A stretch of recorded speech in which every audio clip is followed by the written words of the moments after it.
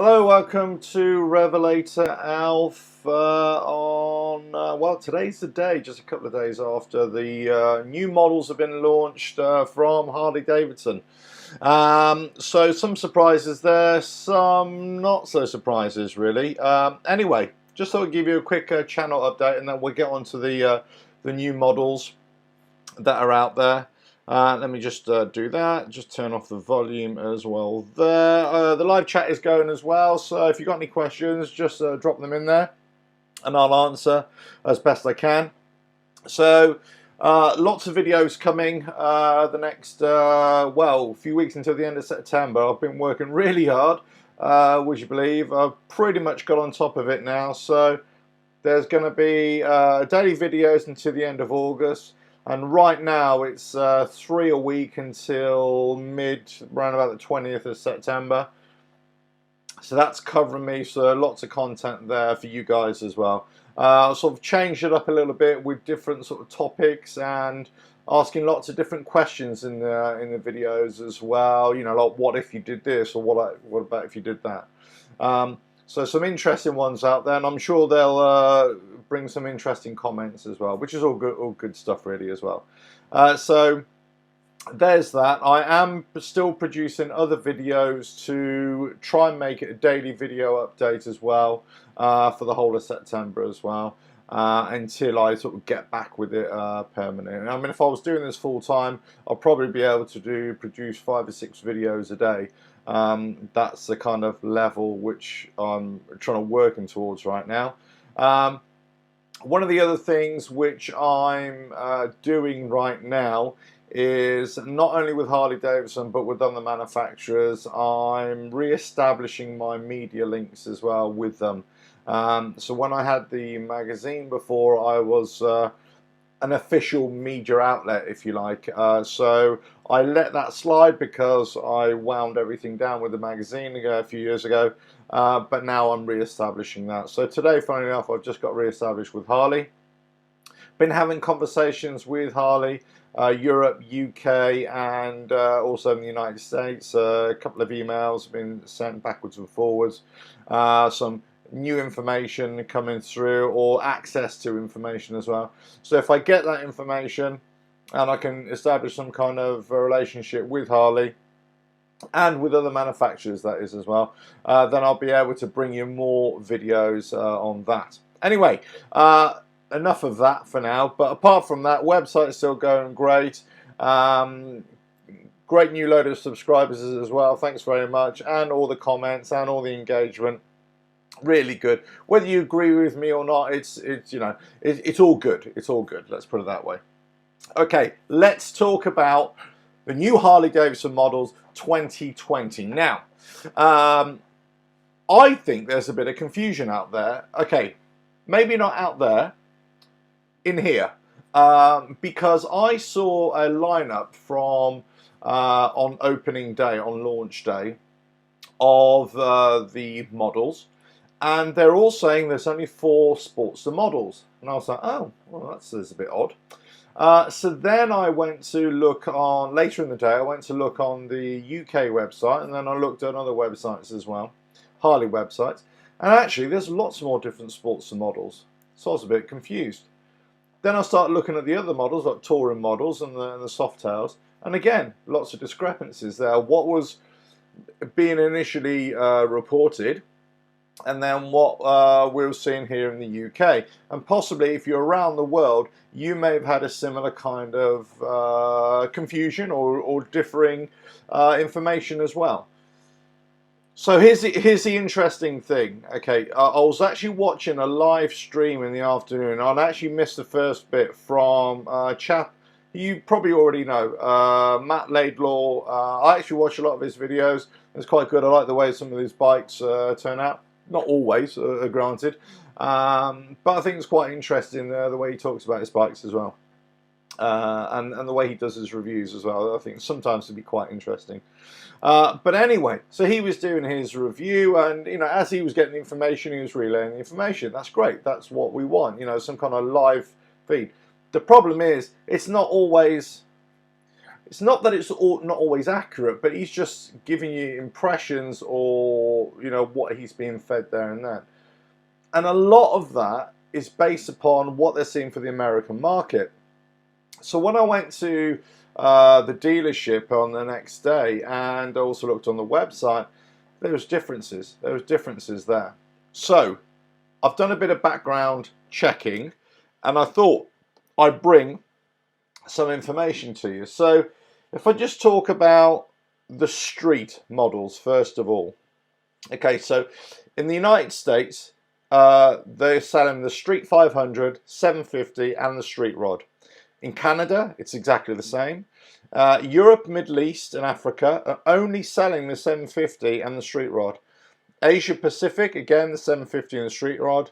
Australia and New Zealand, only the Street 500, which is quite interesting, actually, that one.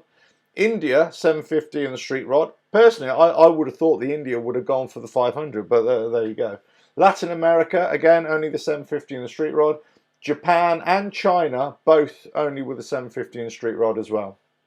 So there's already some differences there. Sportsters, this is, I think, the one that's got the most differences in all the categories.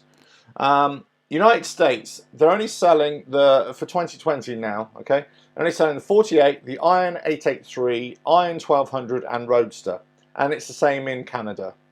However, Europe, Middle East and Africa are selling the 1200 Custom, the 48 Special, the 48, the Iron 883, the Iron 1200, the Roadster, Super Low 1200T.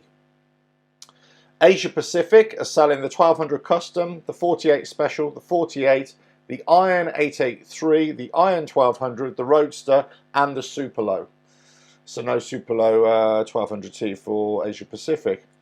Australia and New Zealand, the 1200 Custom, the 48 Special, 48, Iron 883, Iron 1200, the Super Low. That's it. And again, no Super Low 1200 for Australia and New Zealand. India, only selling the 1200 Custom, the 48 Special, the 48, and the Iron 883. Yeah, that kind of makes sense for that market. Latin America, 1200 Custom, the 48 Special, the 48, Iron 883, Iron 1200, Roadster, and Super Low. Japan is 1200 Custom, 48 Special, 48, Iron 883, Iron 1200, Roadster, Super Low. And China is the 1200 Custom, 48, Iron 883, Iron 1200, and the Super Low. Now, different parts of the world obviously have sort of different buying characteristics, different riders, different demographics. So that's why there's the differences. I think you're going to get a lot of videos right now. You've probably already seen them actually on YouTube, saying, you know, the new model lineup and everything like that. Most of those are coming from United States, for example. So what they're quoting you is not necessarily what you will have around the world, depending where you are. If you're in the United States or Canada, or let's say, yeah, it probably will be accurate. But if you're elsewhere, it won't be. So one of the first things to do is if you're not sure, go to the Harley website for your country, and then you'll have a rundown of what it is. Interestingly, with the Softails, again, some differences here as well, and that's led to confusion a little bit about engine sizes and which engine sizes will be available on particular models. So in the United States, you've got the Breakout is on the 114. You've got the Deluxe, the Deluxe. You've got the Fat Bob 114, you've got the Fat Boy 114, FXDR 114, Heritage Classic 114, you've got the Heritage Classic, that's in the 107, the Lowrider, the 107, Lowrider S is in the 114, and we'll talk about the Lowrider S in a moment. Softail Slim, Sport Glide, and Street Bob. Okay, Canada is exactly the same as that. Europe, Middle East, and Africa, slightly different. Got the Breakout one, excuse me. Got the Breakout 114, which is interesting. The Deluxe, Fat Bob 114, but we've also retained the Fat Bob 107. The Fat Boy 114, but we also retain the Fat Boy 107 as well. FXDR 114, Heritage Classic 114, but no Heritage Classic. There you go. Lowrider S, Softail Slim, Sport Glide, Street Bob, that's all the same. Asia Pacific is exactly the same as Europe, which I've just read out. Australia and New Zealand, again, is the same as Europe and Middle East and Africa, what I've just read out. India, different again.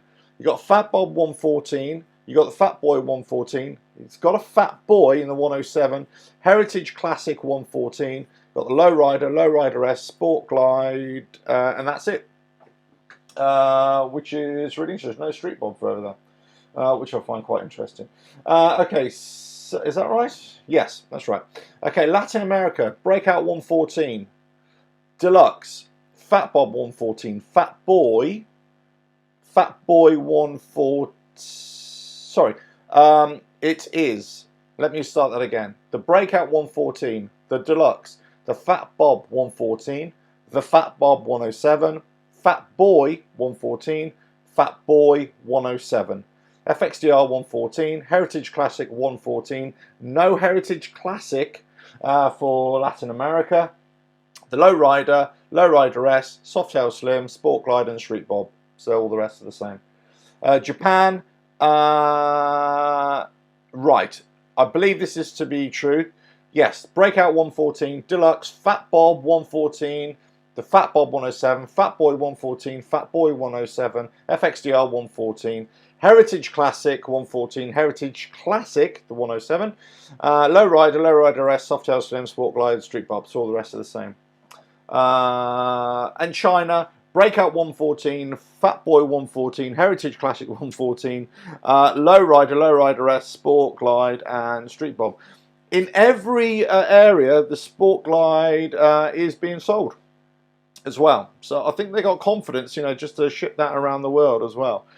So you can see that some countries are offering the 114 engine variant and others only, and others are offering the 114 and still the 107, which is, you know, really interesting as well. I've made a video actually coming out shortly about the differences between the 107 and the 114 and what my feelings are, and, you know, is there value for money there kind of thing.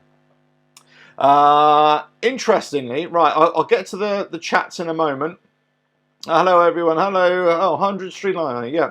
Talked to a dealer who said that SG will continue to be available for many years because it's a smart bike for a going audience. You know what, I've got a feeling you're right there as well. I've made a couple more videos since in the last couple of days over this, and talked to more sort of Harley in the United States and also in Europe as well, and it seems to have more legs on it. We'll see. Who knows? We'll see. A rumor, speculation, but it is true that they haven't kind of evolved it, and they haven't evolved it yet. But in saying that, it's still only just over a year and a half, is it, something like that, since they first launched it. You know, I don't know. We'll see. But interestingly, in all the markets, they're still pushing the Sport Glide. It's still being made available. You know, I'm surprised they didn't go for a 114 on the Sport Glide myself. Perhaps next year. Next year we'll see that. Who knows? But anyway, we'll talk about that in a moment. Right, interestingly, with the touring option, United States got Electra Glide Standard, Road Glide Limited, Road Glide Special, Road King Special, Street Glide Special, Ultra Limited. That Street Glide Special is really nice, actually, and the Ultra Limited, actually, really nice. I'm pretty sure I saw one yesterday in a dealership I popped into. Yeah, the Ultra Glide Limited is all blacked out and everything. It's nice. Canada is the same as the United States, which is no mean shakes there, but you can kind of understand that. Europe, Middle East and Africa, it's only got the Electra Glide Standard, the Road Glide Limited, Road Glide Special, Road King Special, Street Glide Special and Ultra Limited. So Europe does not have the Road Glide, okay, whereas the United States has the Road Glide. Yeah, that's it. Right, here we go. Asia Pacific, same as Europe, is what I've just read out. New Zealand and Australia, Electra Guide Standard, Road Glide Special, Road King Special, Street Glide Special, Ultra Limited. Yeah, so again for Australia, no Road Glide. India has Road Glide Special, Road King, Street Glide Special. Only 3 options there. Interesting that. I've got a feeling that it's about the market and also the demographics in that market and also disposable income. There are lots of rich people in India at one end, very polarized, but there's huge poverty as well. And that's why a lot of the smaller bikes, a lot of inexpensive bikes do well in India as opposed to these really expensive bikes.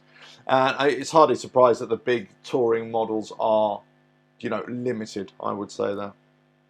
Right, Latin America, Electra Glide Standard, Road Glide Limited, Road Glide Special, Road King Special, Street Glide Special, Ultra Limited.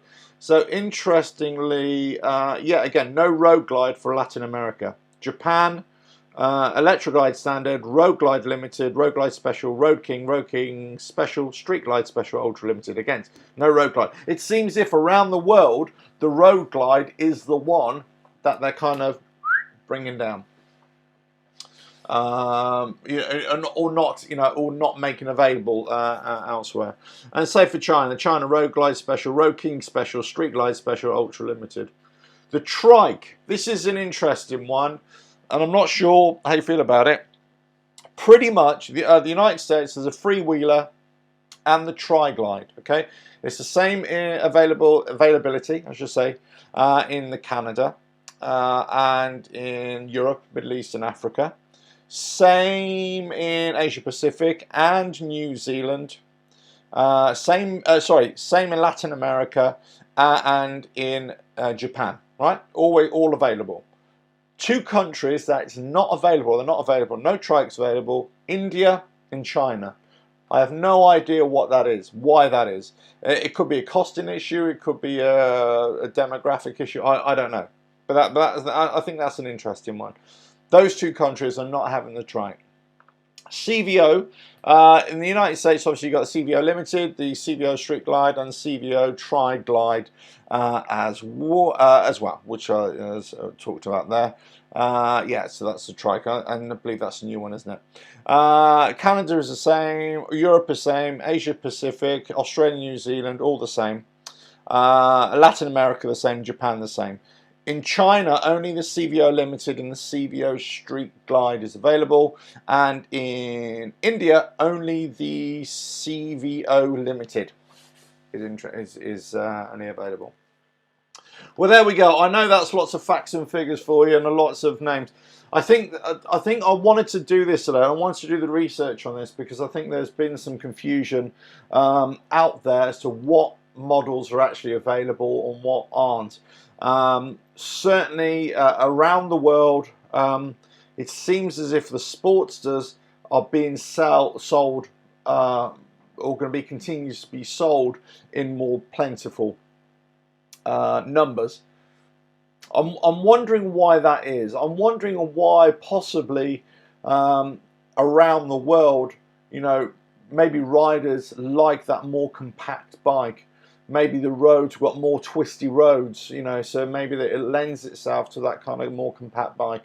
Maybe it's about gender. I don't know. You know, maybe it's that. Maybe we've got more women riders around the world than in the United States. I have no. I actually have no idea why this is. I just thought it was very interesting that the United States have only limited now down to four models, which is where is it? The 48 Iron, 883, 1200, and the Roadster, and the same obviously with Canada. I thought it was very interesting. I'll be interested to find out from anybody out there why Harley have actually reduced the numbers out of there. Is it because the other Sportsters are just not selling well, you know, in the United States? You know, I mean, I've got lots of facts and figures, lots of sales figures actually for Harley, and I'll be bringing those out to you shortly. in a few videos. I'm actually just waiting on specific model sales figures to come through to me for the last sort of 2 or 3 years, and you know, I think that'll make interesting reading as well. Certainly, you can start to understand why Harley would be making certain decisions, let's say, or why any manufacturer would. You know, this is not new for any manufacturer, is it? You know, let's say there's a model, whether it's a car, whether it's a bike, and you think, wow, that's, you know, really popular. Then all of a sudden they discontinue it. You know, it's got a really strong legion of followers, and they just discontinue it. It's got to come down to dollars and cents, hasn't it? It's got to come down to how much is this costing to manufacture, how many units are we selling in a given year, you know, so on and so forth. Right, so that's that. I think around the world, so the Softails, you know, whilst the only difference with the Softails around the world is whether they're offering only the 107 engine on particular models, only the 114 engine on particular models, or whether they're still offering both, or whether they will offer in both. I personally think it's better to have both options. You know, have both options. Have either the 107 and the 114. I think, you know, it's better for the UI, the customer. We can make up our own mind what we want. You know, so that's that. I'll just put this here. Now, there was the other thing here. Right, so the Lowrider S. The Lowrider S obviously is the brand new motorcycle that everybody's really talking about. I mean, there were a couple of other models and other things to talk about, really, but it's the Lowrider S that one's really talking about.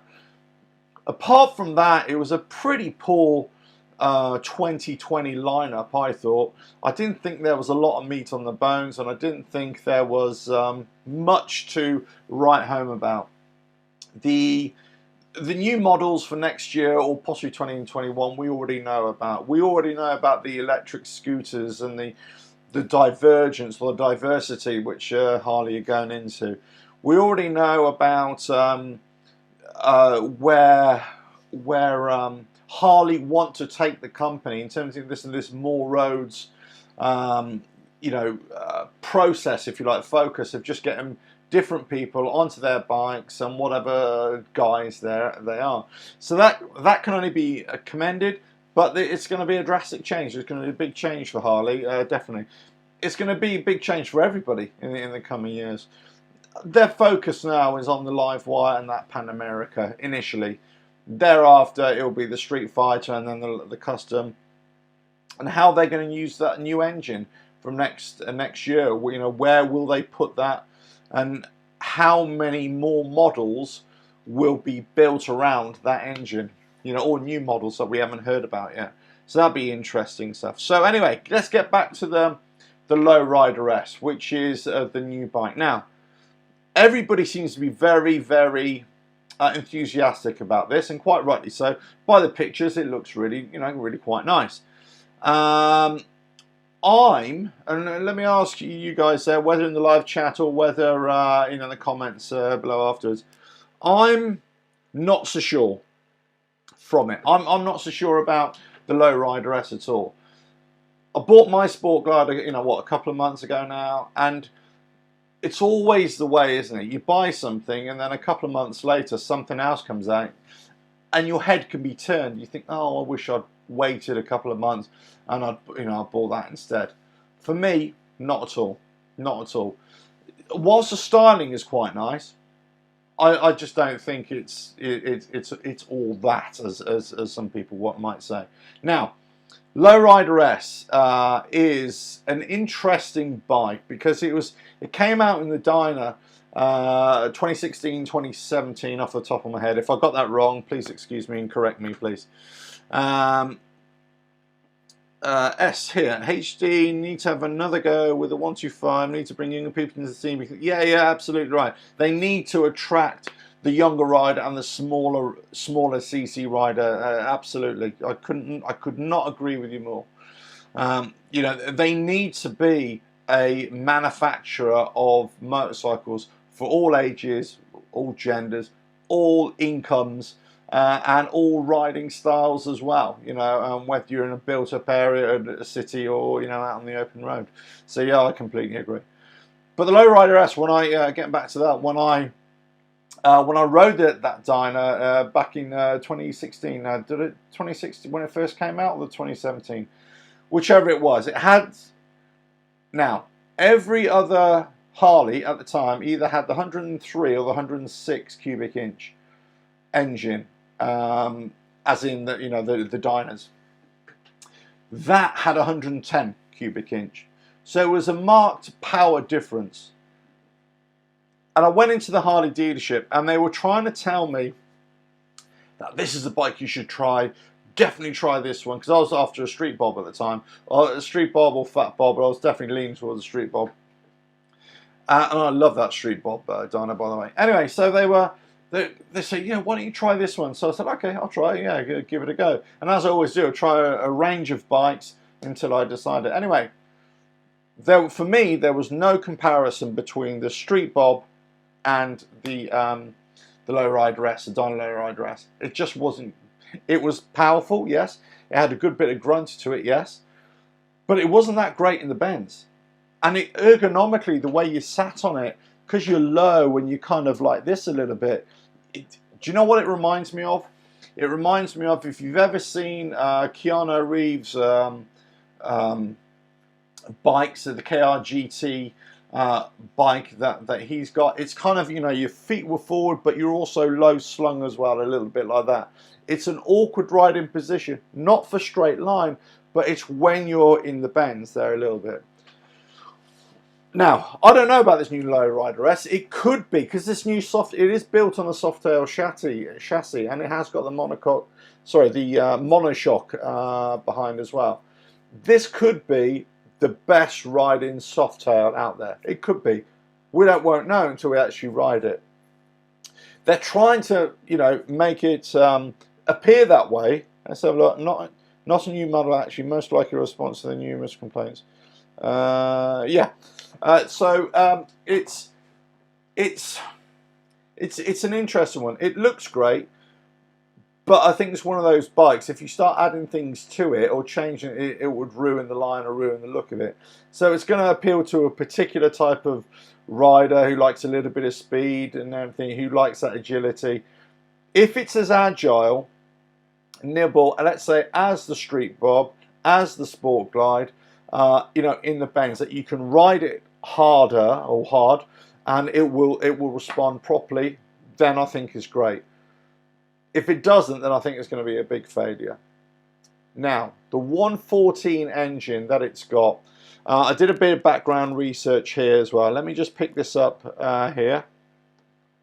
It is, now, where was it? Here we go. Right, so the current, the rake on the new Lowrider S is 28 degrees, which is actually, that's, you know, that's good steering. That should tell you that it's, you know, it's going to go around a bend. However, the trail is at 145 millimeters as well.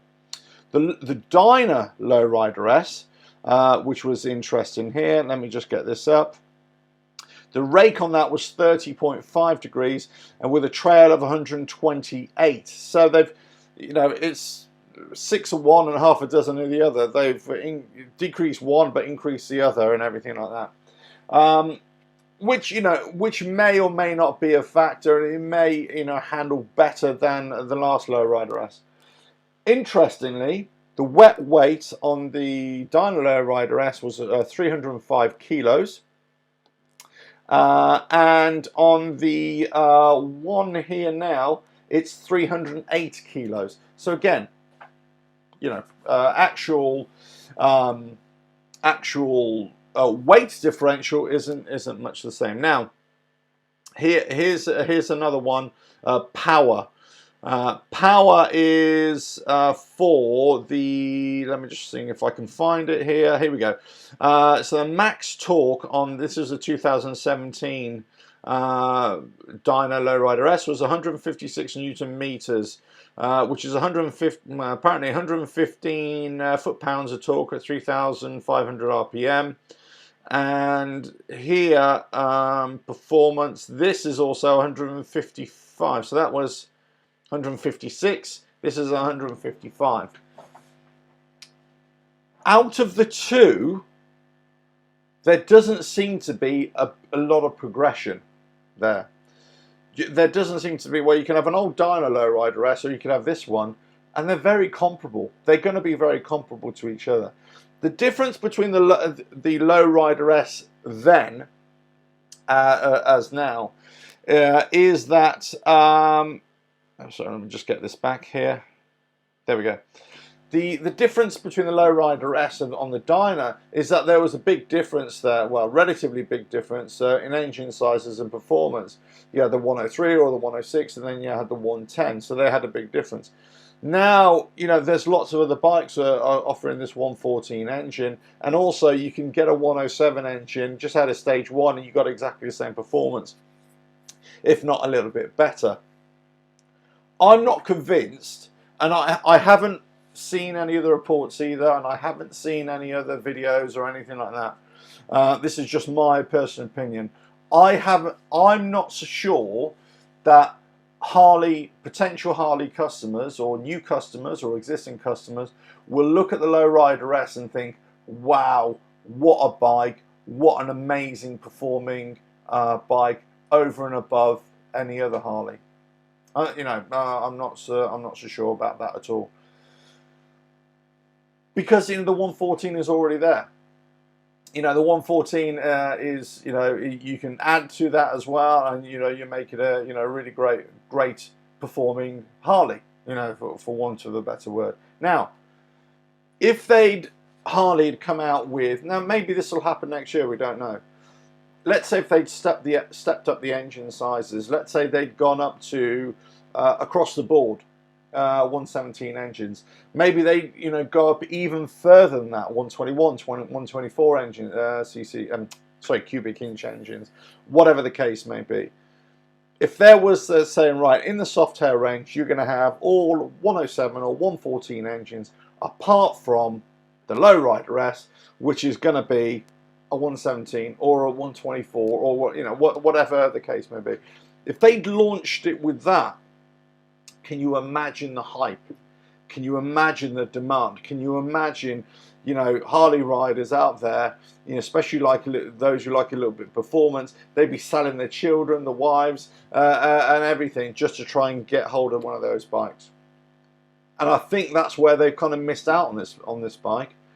Whilst, you know, looks, you know, design, well, that's beauty is in the eye of the beholder, isn't it? It really depends if that kind of bike appeals to you. But what most people agree with, actually, it's if you want this kind of bike, then it's the performance. You know, that's what you look. You still want a Harley, you still want to have that kind of cruiser look, but you also want a bit of performance as a stock bike. Okay, yeah, obviously you can change everything, of course, on a Harley, and that you can just ramp everything up. But I'm saying as a stock bike, you know, those who are interested in that will probably think, you know what, I wish it had a little bit more. I wish there was a bit more of a difference. And I've got to say, I kind of agree. I kind of agree with that notion.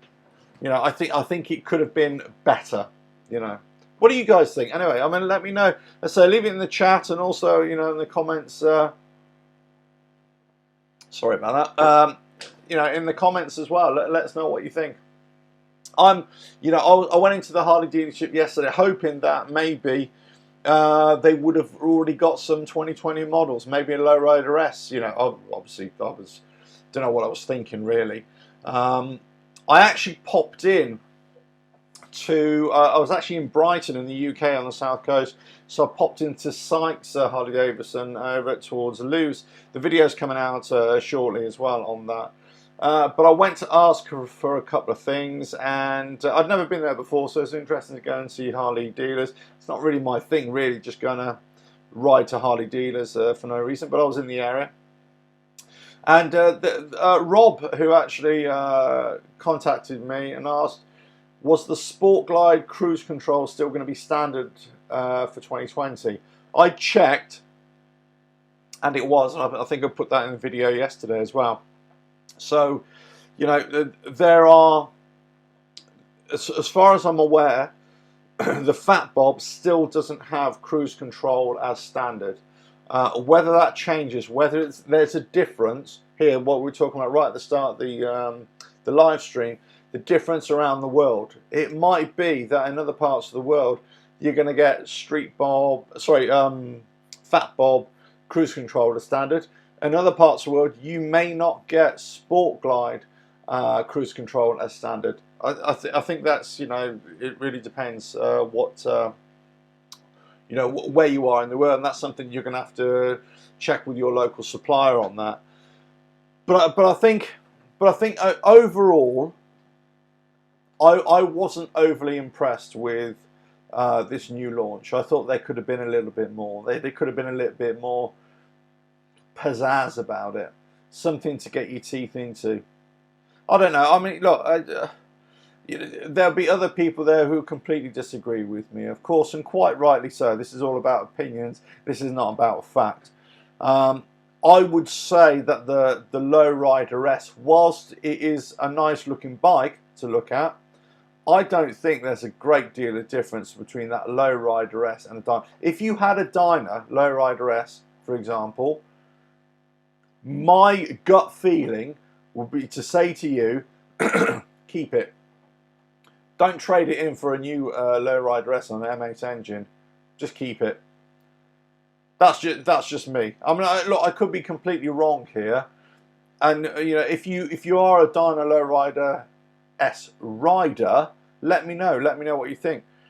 You know, you'd be in the best position to actually compare the two bikes and compare the power that you get out of yours and the power or the performance, I should say, not the power, the performance you get out of your bike and the performance that you'll get out of this new one.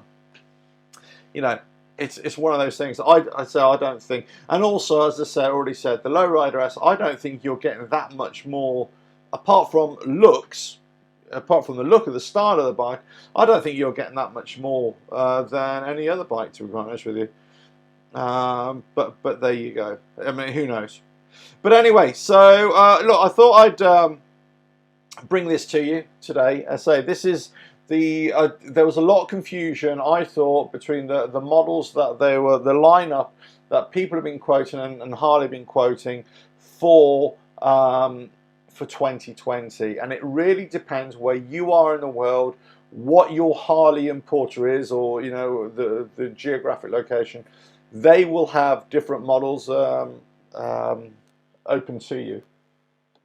Right, let me just do this and I'll get onto a few chats. Do you plan on doing any touring vid showing the SE stacks up as a touring bike? Yeah, I do. Thank you, Marco 1962. Thanks very much. I do have a few videos. I don't tend to do touring videos. I tend to do my kind of thing is not really touring. My kind of thing is endurance, long distance endurance riding. So I don't go off on grand tours all the time. Because work-life balance doesn't quite work out for me.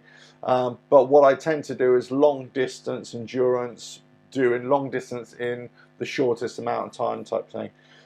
So that as a side, that's what I intend to do, and I will show up how that works out. I will try and, you know, make out as if, you know, I'm doing a tour. You know, I'll be using it to go away for weekends, let's say to rallies. Possibly this year, a couple more this year, more like next year as well. So there will be videos coming up on that. I am looking at a new seat, a touring seat. Primarily actually not for me. I can take the discomfort. It's more for my partner if she comes on the back with me, even locally as well. So that's an issue. And also for strapping things to it, so maybe having a sissy bar and all that kind of stuff.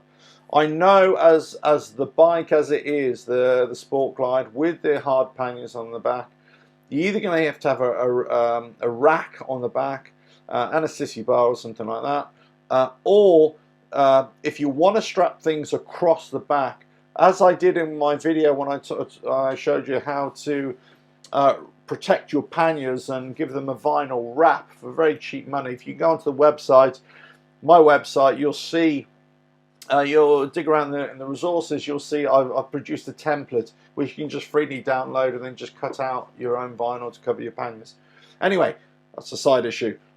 What I was saying there is that if you wanted to put stuff across your bike, you could do it, and the lugs which hold on your panniers, they're great points to, you know, for your bungee cords and everything, just to stick onto there. But you're going to have to protect your fender. You're going to have to use a vinyl wrap or insulation tape or whatever over it, because it's just going to scratch the hell out of that. So you need to protect that fender. I've already seen that already, and then you can go on a good tour. I think it's ideal already as it is, as a standard stock bike, without any sissy bar, without any rack, because you've got the panniers either side. You've kind of got that much of a space between the rear of the seat and the tail end of the rear mudguard, the fender, if you like. So you got that much space which you could strap things, you know, left and right, you know, whether a tent, whether, you know, a big duffel bag or whatever. So I think there's good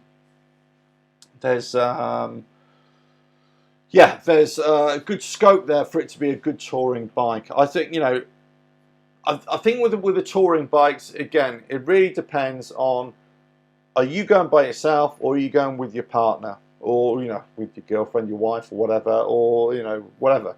Maybe it's your boyfriend, who cares, right? But it's the comfort for you, but it's the comfort for them. That's the most important thing. And how much you actually going to take with you, and how easy is it to strap to that bike. I think that the Sport Glide is going to be one of those bikes that it is going to be a good tourer as well. It won't be the best, because if you wanted a big tourer, you get a tourer, right? It's as simple as that. You get your road glide, street glide, whatever, you know, if that's your thing. Though the street glide, I love the street glide, it's just too big for me. It's too big for UK roads, I think. But you know, I'd love that bike. You know, there's certain colour combinations, all the blacked out casing, fantastic, love it. And if I was going on lots of tours all the time, I'll probably seriously consider that as an overall package, because that's the kind of riding I'll be doing. Because that's not the kind of riding that I'll be doing properly, or a lot of, then that's why the Sport Glide is the best option for me. Great bike, great solo, great, you know, stripped back, naked, great with the panniers on.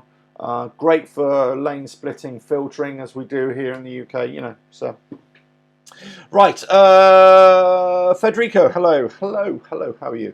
Right, I saw the Electric Glide Standard for 2020. This model does not sell in the Netherlands because it will cost you 29,500 euros. Yes, I know, exactly.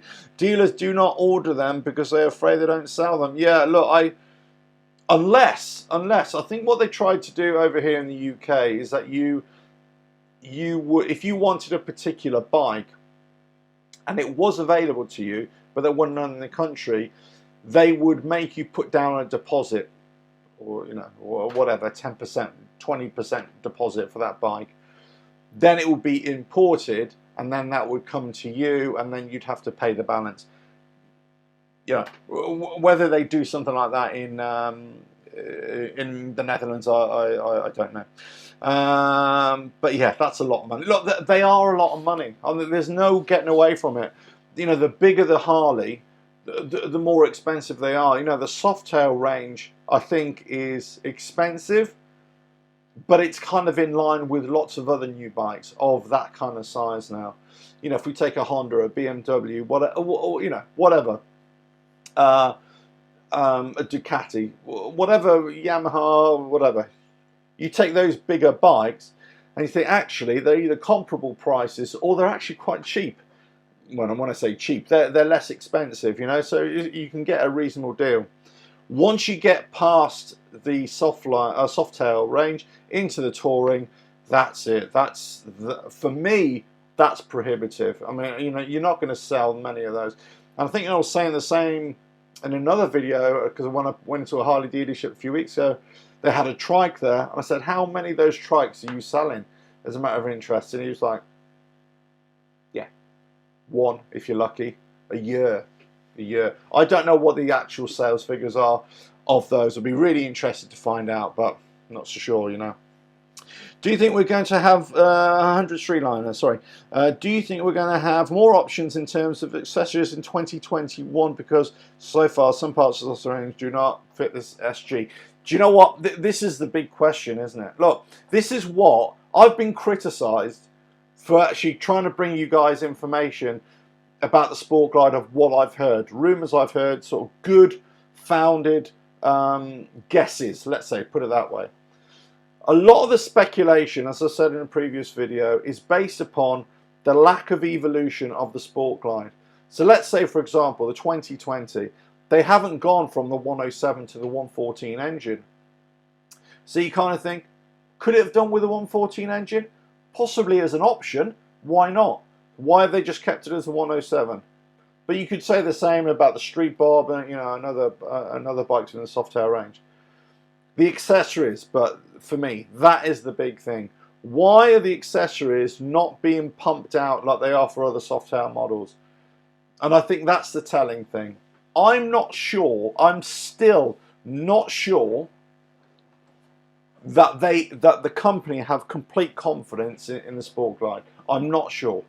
I just get, you know, when you get that feeling, and this is not based on anything, I cannot back this up with facts. I cannot do it.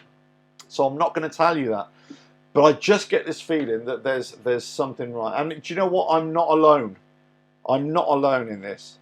But I love the bike. And you know, as I said right at the very start, for the very first video I made on this subject, I said it doesn't bother me if they stop making the bike. Because there'll always be support for it. There'll always be lots of parts for it. There are lots of parts that are, you know, they're compatible with all the other Softails. You know, the engines, you know, the drivetrain, whatever. You know, it's all the same, really. It's just lots of aesthetic parts that are different. But it would be good if they kind of made more accessories for it, I think. But look, you know, right now, it really depends how far you want to take the Sport Glide in terms of changing it up a little bit. I think there is lots of options. I think one thing, if I had to say one thing about the Sport Glide, which I am a bit disappointed with, and I haven't checked the other Softail models, so you'll have to forgive me if they suffer the same issue. I'm not that impressed with the indicators on the Sport Glide.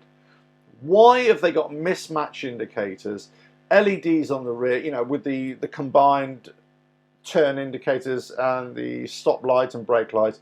Why have they got the LED at the back and just bulb at the front? I just don't get it. It's a cost thing, possibly, but surely, you know. And also, I don't fully understand why there's only the chrome option, you know, for the front and rear indicators. Well, why can't you have a blackout indicators already? Because whilst there are lots of options out there, you go in the catalogue, you can buy different indicators, whatever, or stealth ones that hide into the handlebars, all that kind of stuff. Personally, I actually quite like big indicators. I'm probably one of the only people in the world who actually likes big indicators. I like to see them. I actually like aesthetically seeing them.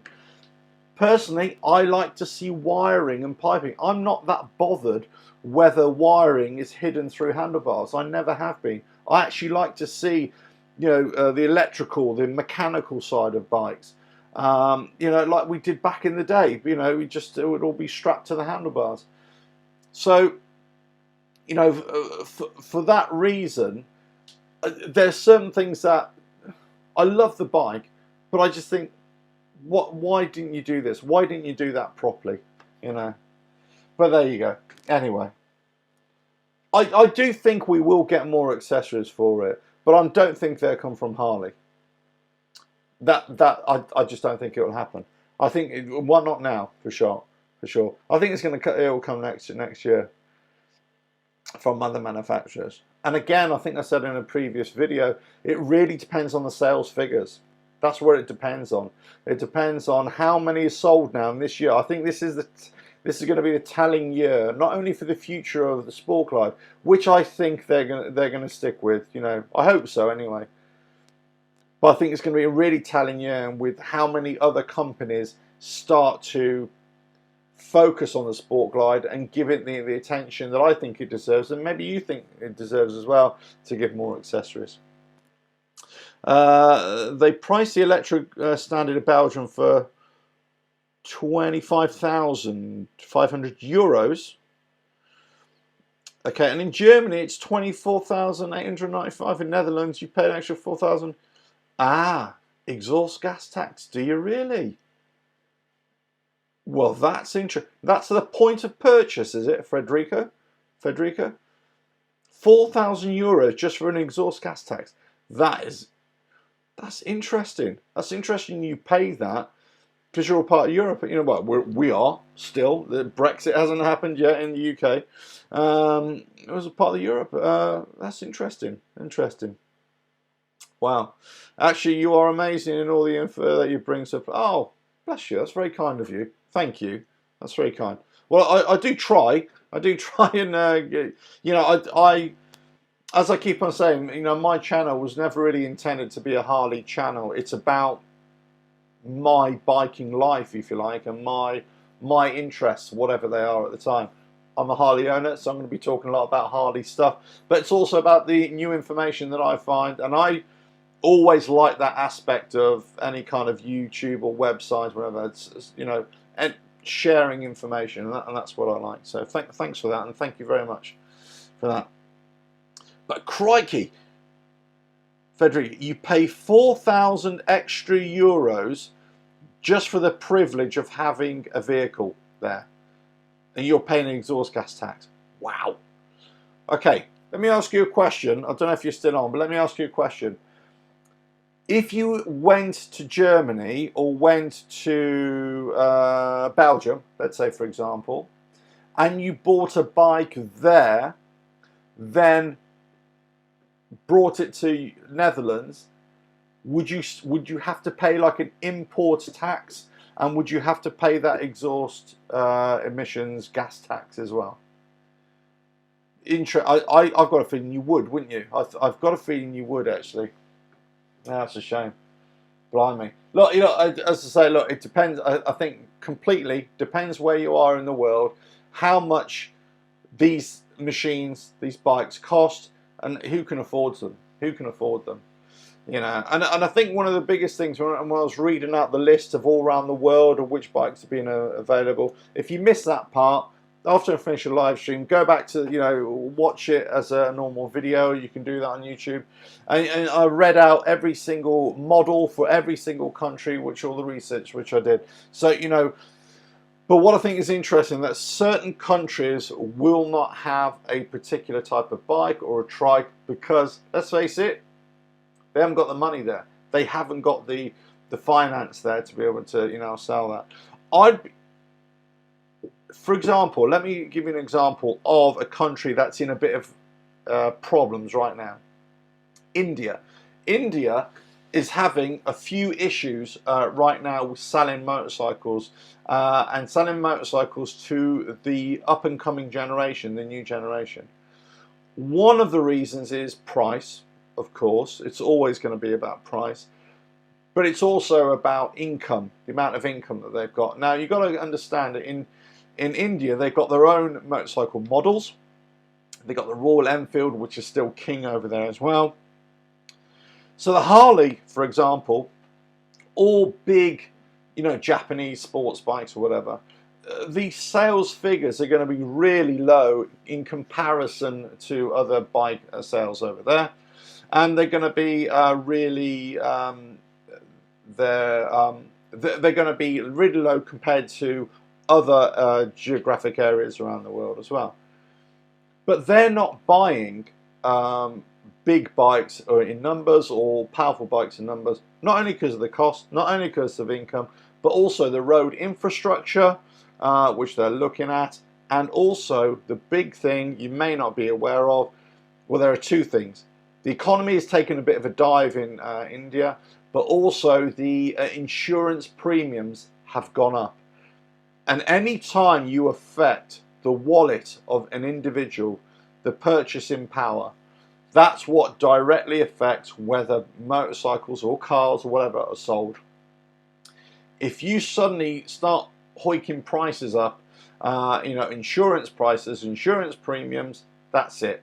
And just as Federico said there as well, if you all of a sudden in your particular country you have to start paying a $4,000-$5,000 euro, pound, whatever levy just to have that bike or car, then you think, you know what, I'll do something else, or I'll just keep it what I've got. You'll be less likely to buy it unless you've got the money to spend in the first place, you see.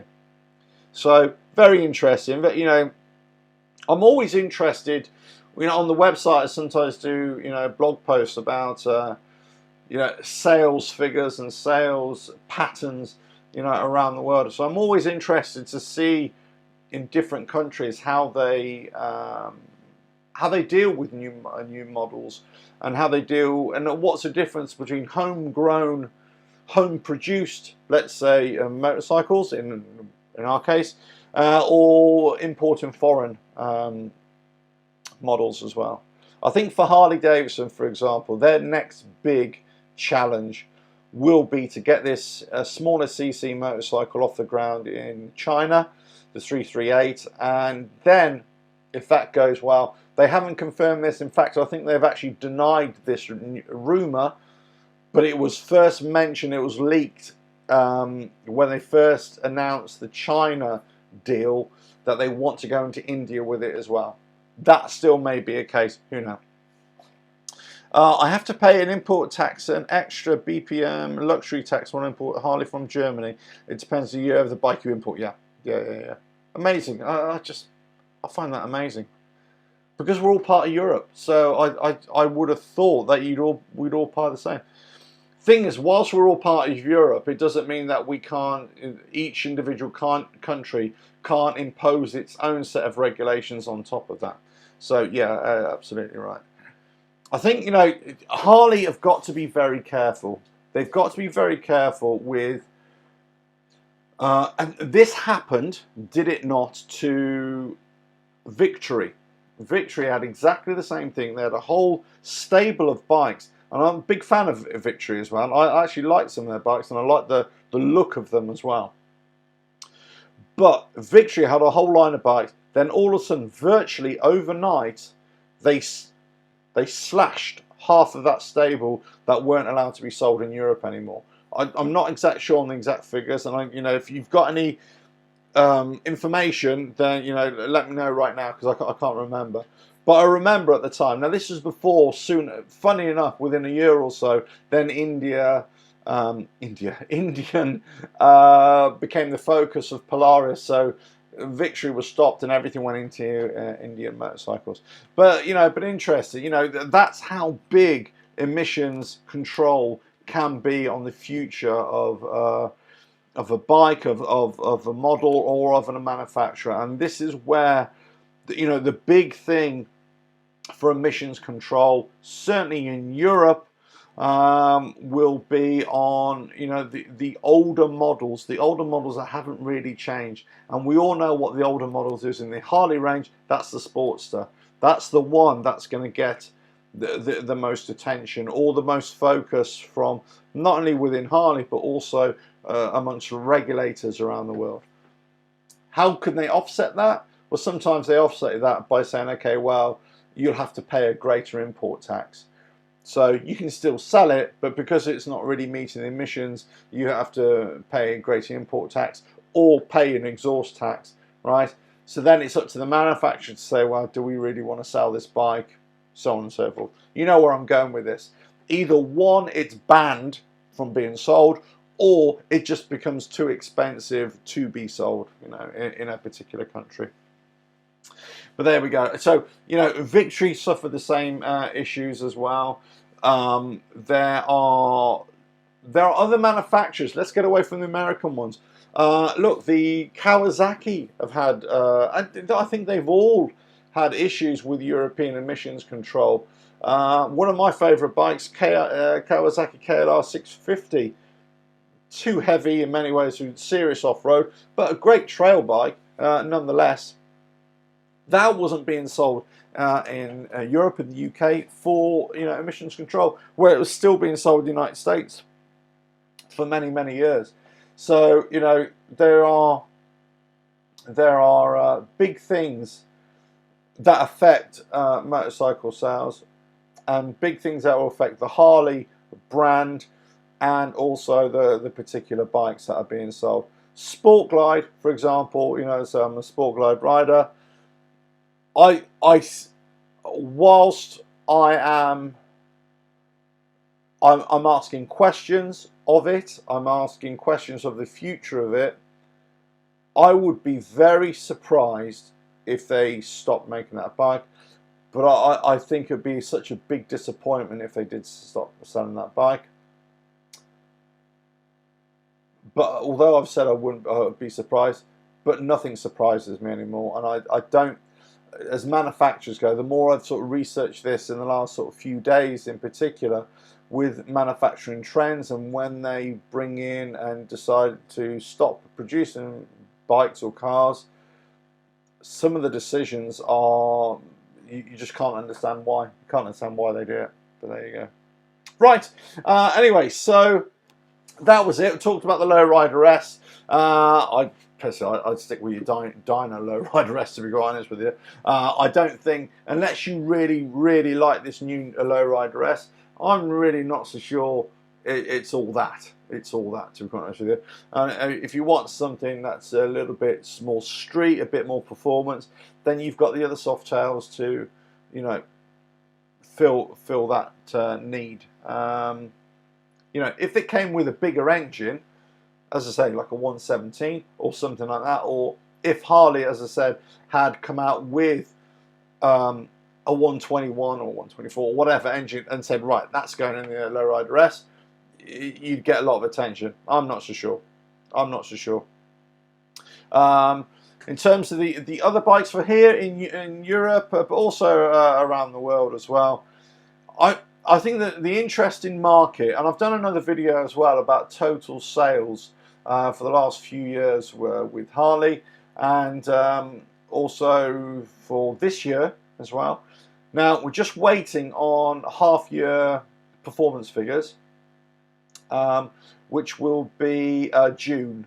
So, yeah, it would be June. So that, just waiting for those and getting those in the next couple of days. But it'd be interesting to see they were already down on first quarter sales figures for 2019 were down about, it depends on which bike we're talking about and which sort of category of bike, but in the region of about 10-15% in some cases, and some were a lot less than that.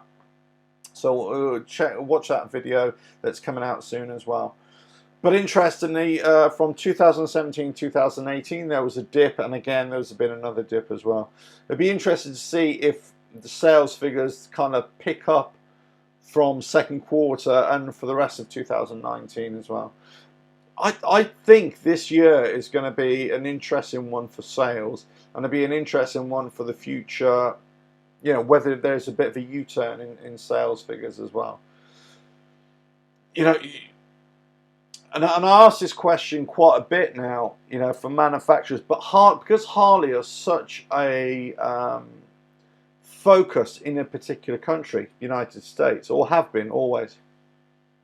Harley as a company, are they looking at global, or are they looking at America, United States as because it is their biggest market still, although it's a diminishing market, are a lot of their decisions about specific models based upon the performance in the United States?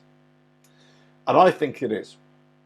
Whilst they are global, whilst they are, new roads and get new people, new pathways, new whatever it is, new different types of people onto their motorcycles, America is still the biggest market, and that's the one that they have to satisfy. And possibly that's the one that they've been failing for the last, couple of years, whatever, something like that. Certainly with the older crowd, with the aging, Harley owners, they're probably looking at it and thinking, you know what, we don't really want Harley anymore. And it's no surprise, that Indian have actually gained quite a bit of ground. They're nowhere near Harley numbers, but they are gaining ground. Yeah, I'm glad they didn't shrink down the gas tank. Mike, hello Weston, how are you? I'm glad they didn't shrink down the gas tank on the Lowrider, but I wish they put the same wheels and tyres on it. Look, yeah, like, one of my pet peeves of the Softail range is with the Fat Bob and with the Street Bob. That tank, I absolutely think what a complete waste of time those tanks are. For me, you want a tank that you can go somewhere. You know, we're not talking sportsters here, so why have a small tank? You know, the big bikes, big powerful bikes, give it a bit of juice so you can actually go, you know, and run some miles on it. Yes, the Lowrider S. Yeah, look, again, it's styling issues as well. It'd be interesting to see whether they would offer in the future, you know, any sort of differences in the wheels as well. Whether there'd be some cross sort of fertilization there with tyres and all that sort of stuff. You know, but I don't know. You know, it'd be interesting to see. I'm sure there will be. I'm sure there will be. But yeah, look, as I say, it's a good-looking bike, the Lowrider S. There's no doubt about it. It's a good-looking bike, and it's kind of got that not club feel, but it's kind of got that feel about it, that it's, you know, that kind of mean and moody look. I'm just not convinced by the performance that it's going to give. That's going to be any better than any other bike. I don't think it's going to be better than the Sport Glide in terms of power, in terms of performance. I don't think it will be, because the dimensions and everything are comparable. It's all comparable. They're all very similar. The engine is the same as the, you know, the 114 is the Fat Bob. Yeah, you're probably going to get a bit more performance than the Sport Glide 107, but not much. There's another video I've done as well. It's very similar. So I'm not so sure. I'm not so sure that it's going to be the success that I hope, that everybody hopes it will be. But I could be completely wrong. And I think I stood alone with the Dyna Lowrider S as well. When everybody was raving about it, I wasn't that keen on it myself. I thought the Street Bob was a better bike. You know, I always thought the Street Bob Dyna was the best bike. That's just me. But that's a personal opinion. That's got nothing to do with, you know, actual reality. You know, that's just my opinion. I love that bike. I love the way it rode in comparison to the other Dynas at the time. But the new Softails are so much better than the Dynas, in my opinion. The way they ride, the way they handle, the power delivery, and also the power feel, the engine feel. You know, it's a lot smoother. Everything's smoother. Everything's tighter, you know, on the bikes. And I think, you know, I think that's what it is. So, but, you know, if there is a case for the new Lowrider S over the old Lowrider S, it won't so much be performance, engine performance. It'll be how tight it is, the stability of it, and how smooth it is on that engine, as opposed to the old Dyna. But, you know, I could be wrong. What we need to do is get a Lowrider S, you know, M8 engine, the new one, and the Dyna side by side. If any video creators out there, I'm sure they're going to have these videos come out. Let's compare the two side by side. Which is the best bike? It's going to happen, isn't it? It's going to happen. Somebody out there is going to do it straight away. But I think that the other bikes are just as good in the Softail range. Softail range, yeah. Right. Anyway, so that's it. Well, listen, thanks for joining in on the live chat here. Thanks for all that. If you've got, leave any comments below if you've got any other questions as well. I'll definitely try and come back and answer you on those. I try and answer every question that puts back to me, or any comment, anything that's sent through on the website. I'll try and answer as well. You know, with any kind of up-to-date information, I'll try and do more live streams as well for you. So, but I say there's more. I'm digging out more information on Harley as we speak. I am in discussions with them on certain issues as well. and maybe next year things will be a little bit different. I'll be producing different types of content, maybe more bike reviews, all that kind of stuff. We'll see. But anyway, look, I'm prepared to go and do a bit more filming here. There's actually a Harley night just down the road here tonight. So actually it's probably already started. So I'm going to pop down there and see if I can see a few more sport glide riders out there. Anyway, but that's it. Oh, here we go. Marco wants 962. Engine exhaust noise, a 103 or the M8. Engine exhaust. Do you know what? I can't see. That would be, for me, a perfect video to actually compare and contrast. What do you prefer? Do you prefer that noise?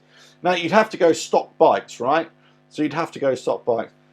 I'm just trying to think what it sounded like. There seemed to be a bit more grunt on the 103 Dyna Lowrider S. I'm pretty sure, but unless I have them side by side, I really can't remember. The one thing about the M8 engine, whilst it's smoother, it does make a kind of funny sound on the top end, right on the cams right there. It's got this wispy tapping. Some people have said it sounds a bit like a sewing machine. It's got this, you know, I don't know. I don't know how to describe it, but you'll know what I mean. But that would be a good video, I think. I think people are going to do it. They're going to look at this Lowrider S. You heard it here first. Watch out for these videos. They'll be coming out soon. They're going to get an old Dyna Lowrider S and a new one. Compare and contrast. But but let's see if you can. I think the best comparison that you can do is if you get a stock, completely standard Dyna Lowrider S. Because for me, those are the only true comparisons that you can have between bikes of different eras. They've got to be stock bikes, because otherwise you can't really gauge which is, oh, this has got a stage 1, it's got this kind of exhaust, and this one's got a completely different. It effectively become two different bikes, don't they? Once you do things. But anyway, it'd be interested to see. Right, anyway, look, I'm going to finish drinking this, get this on my helmet and in my bag, and then head off down the road. So if you are down there, I will see you. If not, I will see you again in the next live stream, whatever. So lots more videos coming. So daily videos, daily uploads. They're already in the bag. Lots more videos, just asking different questions and offering topics of discussion as well. So the more you kind of comment, the more you ask questions as well, the better it will be. And by asking questions and leaving comments, whether good, whether bad, whether being critical, it actually helps me in many ways, because that gives me ideas for different videos as well. So just a word of warning, in the future I will be doing a few more workshop videos. I've got a few planned jobs to go with the diesel bike build, which I am building, and also, excuse me, I'm losing my voice, also with the new off-road bike, trails bike, which I am trying to get hold of. I am looking at a Harley Davidson MT350, which is an army bike, a military bike, but I'm also looking at something like a smaller 250cc enduro bike, but also possibly looking at the Royal Enfield Himalayan as well. Interestingly, the Himalayan, they're going to be coming out with a 650cc engine soon. I'm not exactly sure.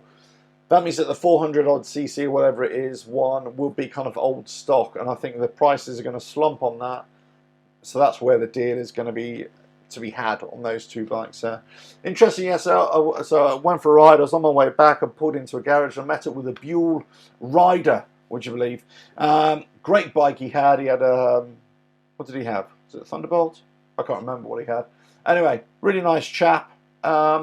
Got talking for quite a while about the Buells. He knew Eric Buell as well, which is really cool. And he gets lots of parts sent over from Eric to from the UK. So it'd be interesting to see, because Eric Buell now, if you're not too sure, he's obviously stopped making the Buell bikes fell out with Harley, because Harley was saying, well, if you're not going to use our engine, then we own part of the company, so we're going to shut you down. Essentially, all was a big hoo-ha over that. Then he came back. He wanted to come back with Eric Buell Racing, EBR Racing. That kind of didn't go anywhere. He's had a bit of downtime. Now he's coming back with electric bikes, electric scooters, electric bicycles, that kind of thing. So watch out. If you're not sure, get onto Eric Buell, his new tech coming through. And I wouldn't be surprised if there's a bit of cross-fertilization between his stuff and Harley and what they're doing with their electric scooters, electric bicycles, which they're coming out as well. And that's been in the future videos or future vehicles projects for quite a while now. But anyway, right. So check in on the next videos whenever they're coming out. So thanks very much. Please like, share, subscribe, leave loads of comments. Check out the website, all the stuff there. All the podcasts and everything, all the links there are there to that as well, and obviously all the support pages as well if you want to have support. If you've got any ideas for other videos, send me an email, or if you leave comments as well. If you want me to talk about different stuff, whatever, and I'll see if it fits in with what I'm doing as well. So I can't say further than that really. Hopefully I'll be able to talk a lot more about a lot of different stuff. As I said previously, if I had more time, I would definitely produce more content. There's no doubt, because I have when I had the magazine, I kind of operated as a news magazine. So in many ways, the way I produce videos is kind of very similar in that kind of work schedule. It's like a news item. I make a quick video, and out it goes. So I could make 4 or 5 videos a day, depending on what I want to talk about. But it comes down to time, doesn't it? It's the time to actually not only make the videos, record them, but also the editing stuff that you have to do and everything like that, and then the uploading time as well. But anyway, right. But I'll still continue to bring as much as I can to you guys. And if there's any other information, I'll come to you as well. Right, but anyway, thanks very much, and well, I'll catch you on the next one, whenever that is. Right, ta-da now. I'm going to turn this off.